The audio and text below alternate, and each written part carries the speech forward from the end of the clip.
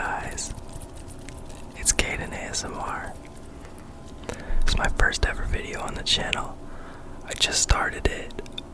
A bunch of people that are subscribed to my friend's channel told me I should start my own.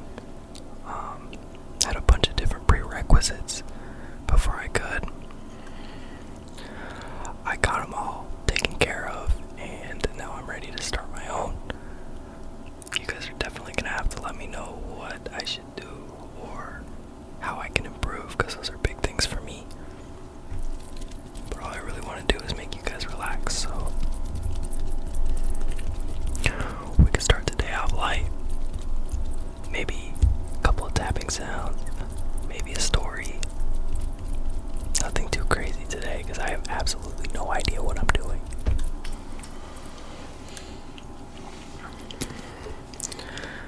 I have a tiny little assortment versus my boxing glove. Just one. I definitely can't tap on both at the same time, but we're gonna try it out.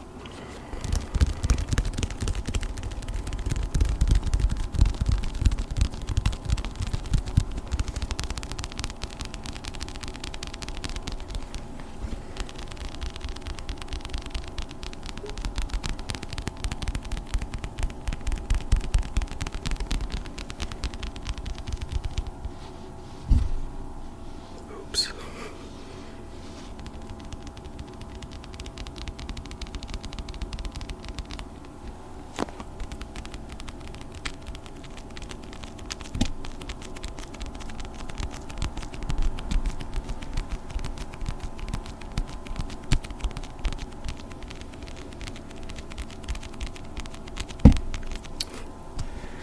I'm not very good at not bumping the camera, evidently.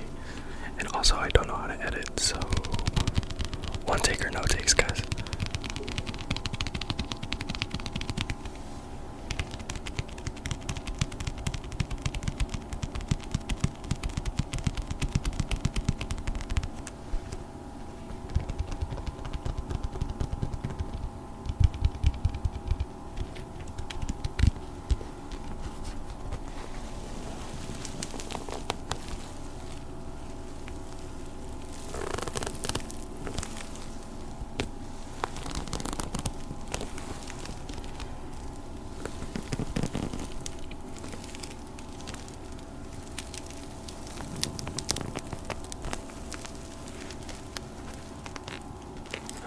I'm gonna try the Velcro, but I'm gonna do it so slow because Velcro is loud. Maybe if I do it further away.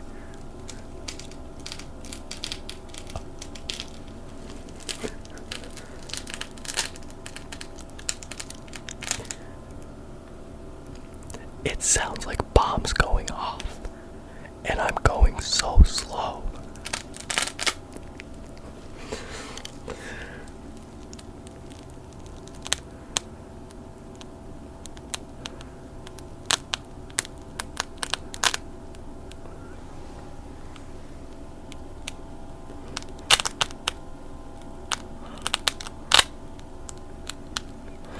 Alright, that's too challenging for me, I'm not gonna lie. I can't do that.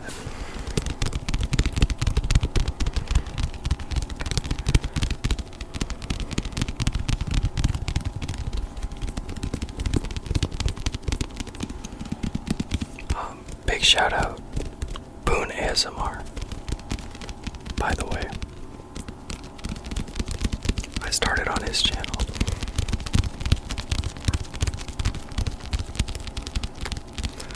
One of my best friends, so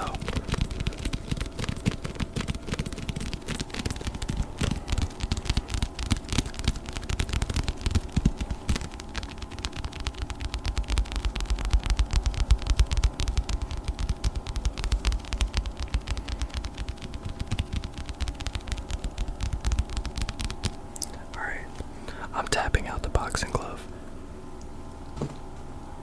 I'm gonna get my skateboard because I really like scratching on that thing. It sounds good to me.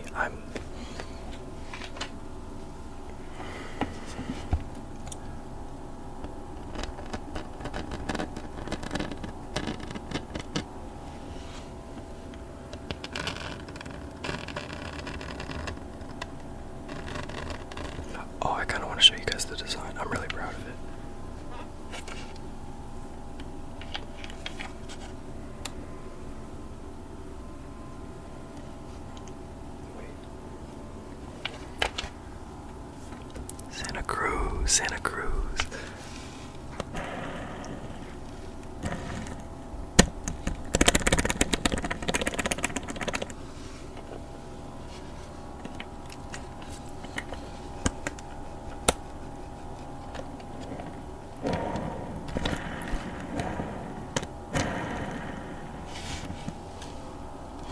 Wait. Let me get it right.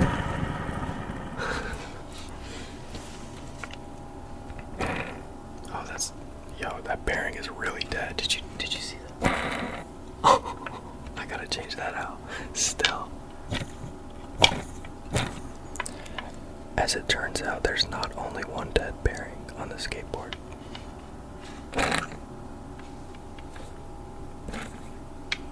It's not supposed to do that.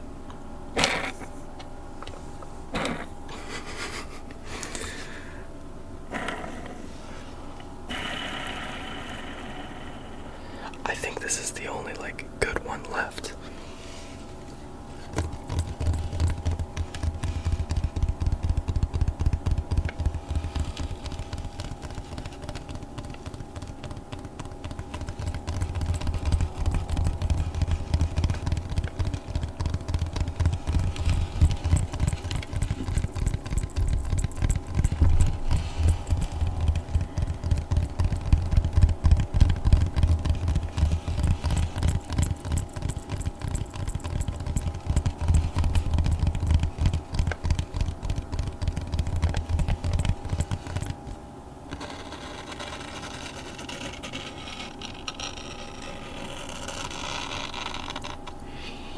To some people, that probably sounds like nails on a chalkboard.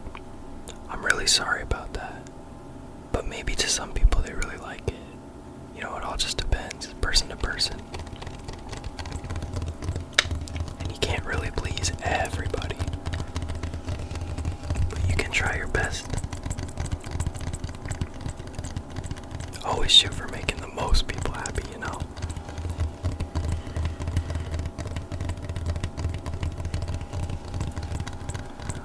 Philosophy on life that I learned. I don't remember where I learned it, but it's always stuck with me for some reason, and it's try to make your future self happy. And I like the idea of making my future self happy. That way in the future, you can look back on who you are now. And you can be not disappointed, but proud.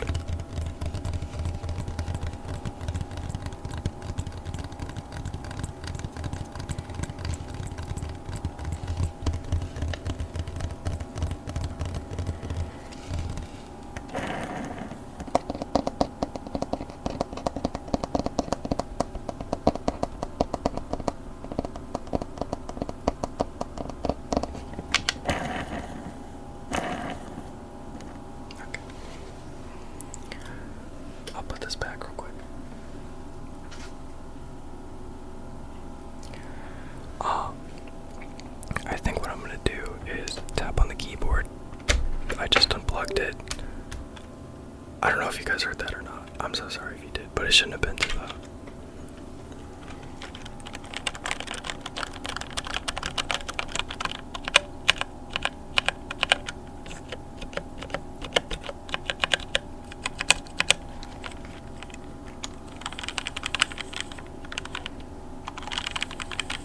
I feel like I could shred Guitar Hero on this. I don't know how to hold a guitar. Like that. You know that South Park episode?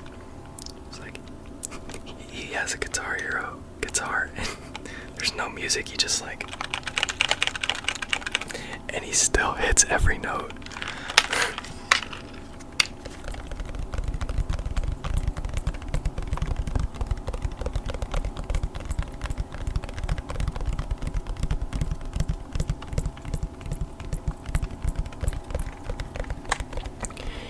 I finally got a microphone. Took me a little bit. I had a bunch of real world stuff to deal with.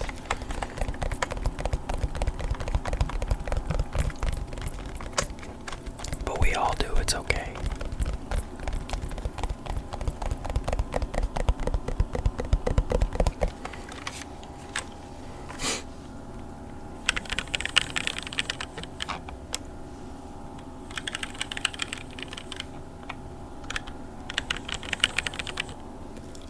I'm enjoying that sound a lot.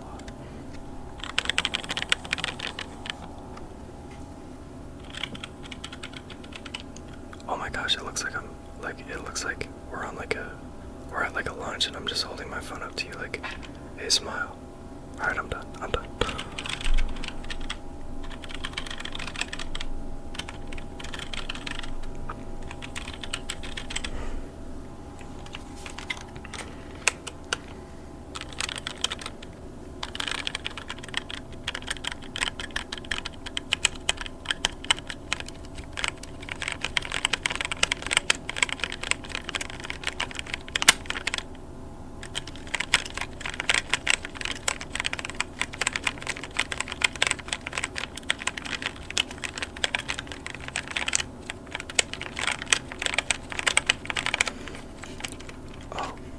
Show you guys something. So this is my school ID. I'm gonna cover my full name, but hold on. Look at my picture. I'm so cheesy. Like, why did I do that? My mom took the picture, and she was like, you want to look really respectful in your school picture. And so I look like a kindergartner on their first day of school. I don't regret it, but I do think it's really funny.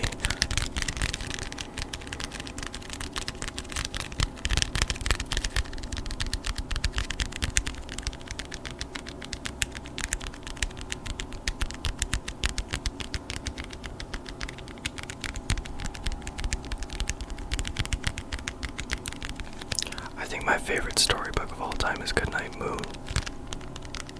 No David's up there. If there are any underground ones that you guys know, toss them down in the comments. I still read those sometimes. I don't really know why, but I do find it kind of enjoyable. Alright, I'm gonna fix my hair so that I can see. Hold on. I mean, that's kind of better. I just need to cut it, to be honest.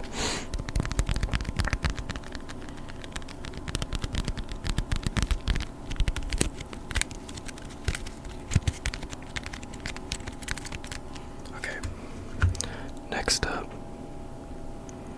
I have a singular Q-tip, and I think if I just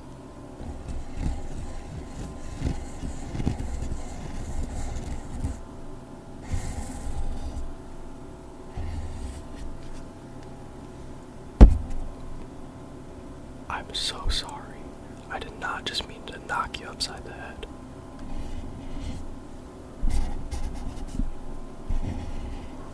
Wait, maybe if I... Hold on. I just generated a terrific idea.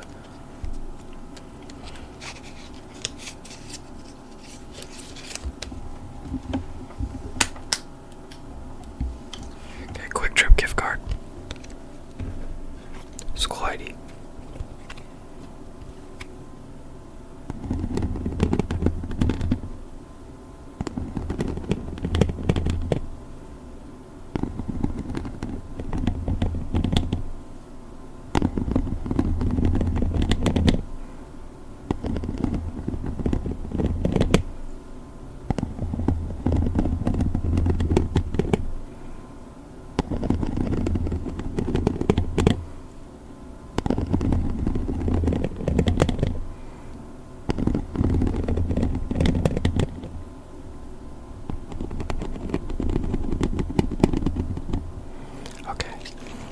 Enjoyed that. Okay, now I'm gonna tap on my phone. Okay, I understand it probably looks really dirty, but this is a flower. And it's kind of worn up because, I worked at a tire shop for a really long time. But just don't look at that, and then that's a flower. You know what I'm saying?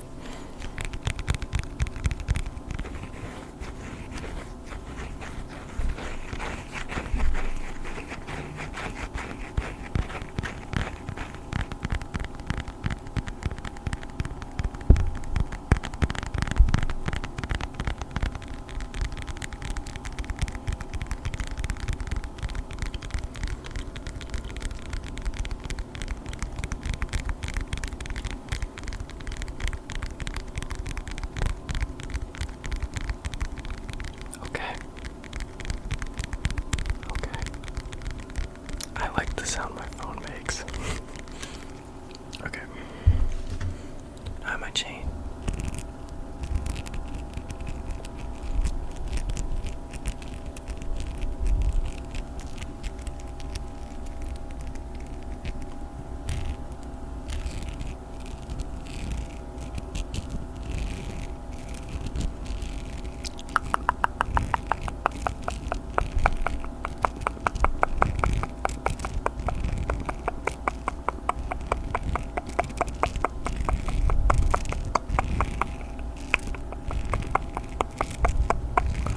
Nice.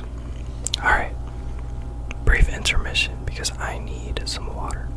Alright, I had a quick little intermission. I was really thirsty and got some water. I don't know why I stopped recording for that. I probably could have just drank the water in my room, but I didn't know if people enjoyed the sounds of water going down somebody's throat, so I wasn't going to take that risk, especially since it's my first video.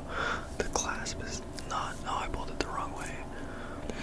It's not like a mirror, it's the opposite. Okay, but while I was upstairs, I grabbed a couple of things, and it's been, I don't know, maybe 15 minutes into the video, so I thought now would probably be a good time to start a story. Let everybody wind down and relax. Wait.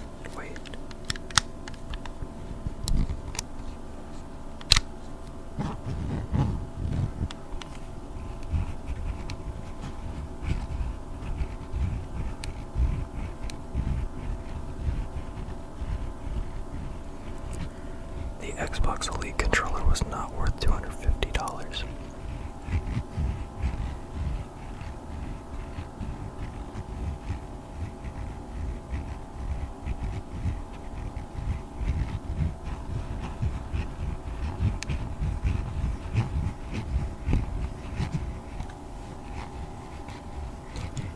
I got a watch too.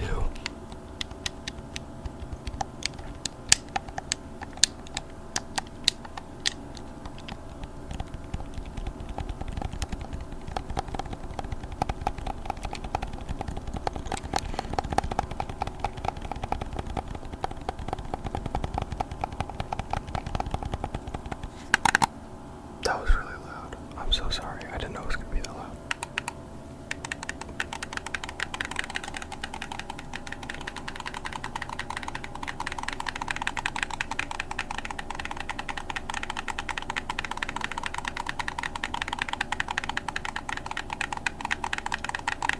Okay. Like I said, I don't really know what anybody likes. I'm going to grab the watch. I wonder if you guys can hear the tick. It's really quiet.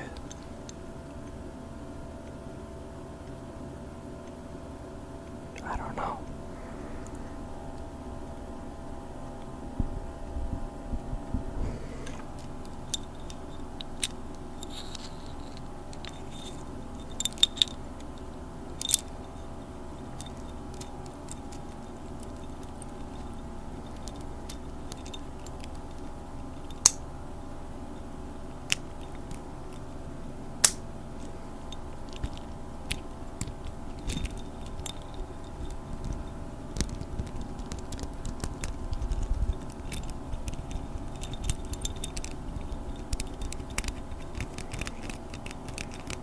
I totally figured out I was supposed to be telling you guys a story. That one's on me.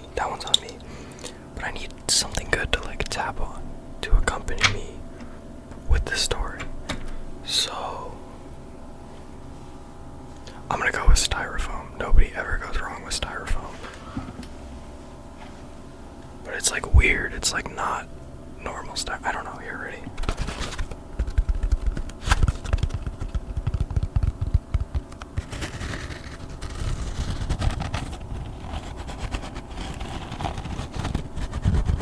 No, this isn't good enough.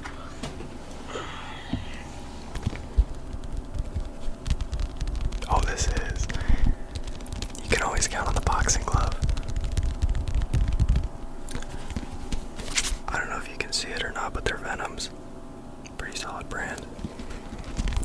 I wish I got laces, but they're so expensive for laces.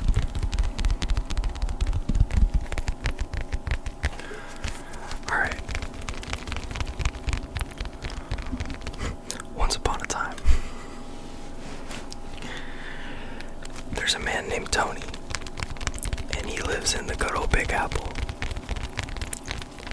He's at around 1990.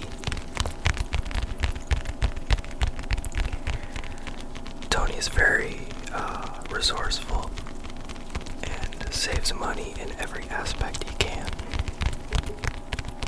Spending money is an appealing thing to this guy.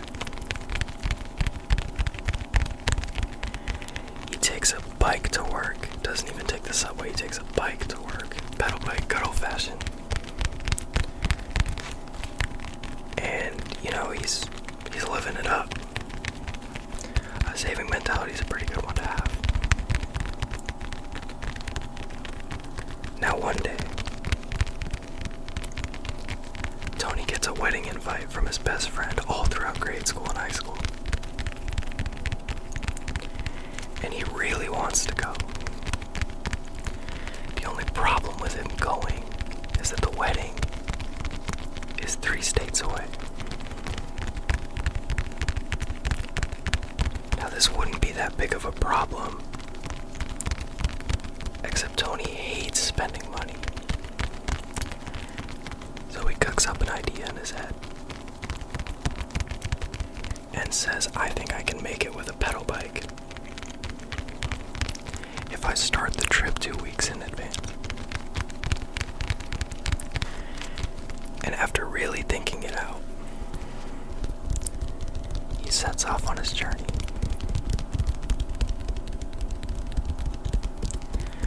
Now after he gets out of the city, he starts to notice that the buildings continue to get less and less apparent. And, you know, there comes a point, 3/4 of the way through his journey, that there are just no more buildings at all. He is on a singular 2-lane road. Nothing but grass fields on both sides and a singular power wire directly above. This doesn't faze him though, as he's got snacks in his bag, he's got water in his bag, he's good. And especially since, he bikes every day, his legs are in fantastic shape. He's not gonna fall out anytime soon. Until he's going and he hits a rock. And this rock sends him and his bike flying off the road. He lands in the ditch on the right side of the road and looks at his bike, and the front wheel is dented and the tire has a hole in it. And all sorts of angry thoughts flood his mind, and all sorts of worries and fears. He has no idea exactly where he's at. He really wants to make it to this wedding. And now his bike, his main method of transportation, is screwed. So he decides he doesn't really have another option. So he takes his bike, straps it to his backpack, and walks. And this is not very easy, but Tony's a soldier. He's getting through it. After a couple hours of walking, he notices a building, and his spirits are instantly lifted. He's thinking maybe this person can fix my bike, give me a place to stay so I'm all rested, and I can just tackle the rest of the journey tomorrow. gets closer to the singular building, he notices something kind of weird about it. It's a massive house in the middle of nowhere, and everything is a different shade of pink. All of it. He may be a little off-put by it, but he really isn't in any position to judge. So, he walks up to the house and he knocks on the door, thinking nothing can be worse than what he was just doing. Fairly so.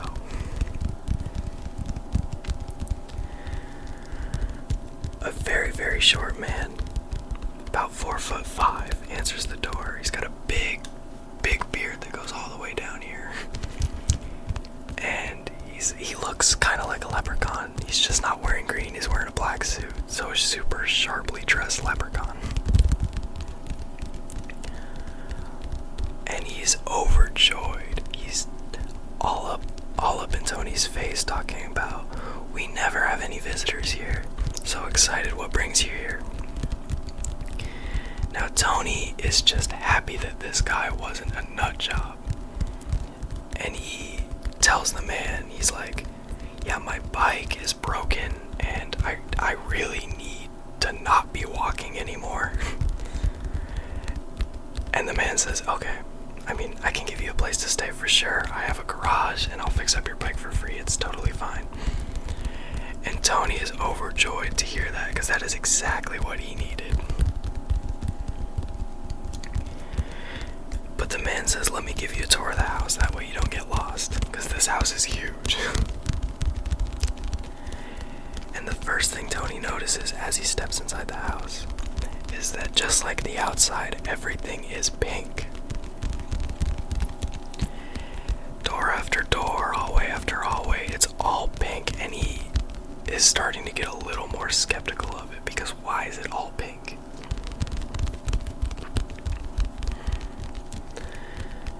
Now as they're walking, they drop the bike off in the garage and they go into the main residence area, where it's just a bunch of rooms. And he takes Tony down the longest hallway he's seen in the house. And at the very end of this hallway, there's a singular door that's not pink but blood red. Now this blows Tony's mind, because everything else in the house is pink. Now, the man sees Tony's gaze, and he says, "No matter what you do, do not go into that room." And Tony, being a guest in the house, immediately agrees.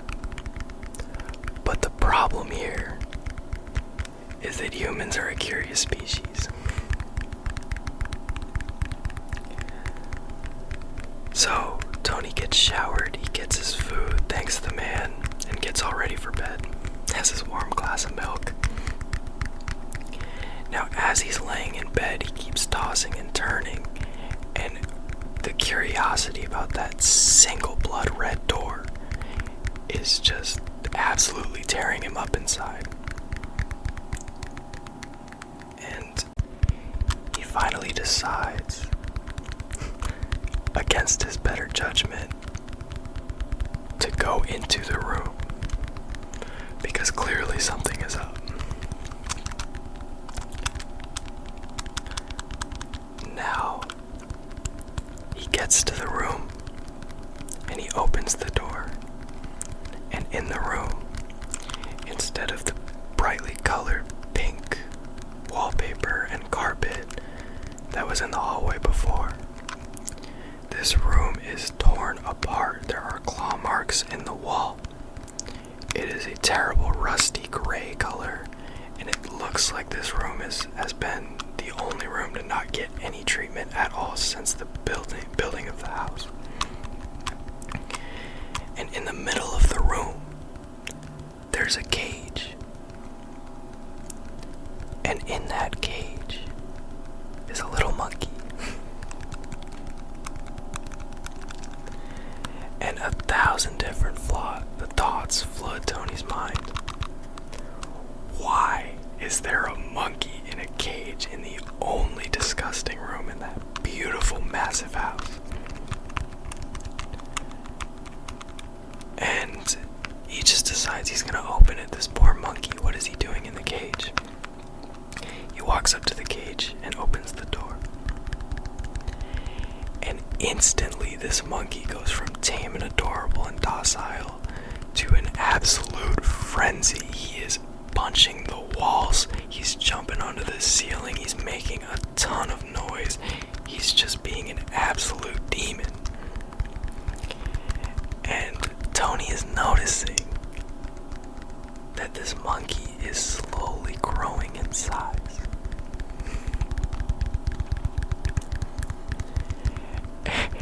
And he decides to nope out of there. Completely understandably. Shuts the door and starts walking back to his room, but continues to glance back to that door every once in a while. Now, as he almost turns the corner, he hears the door open, and the monkey stares at him and begins to charge.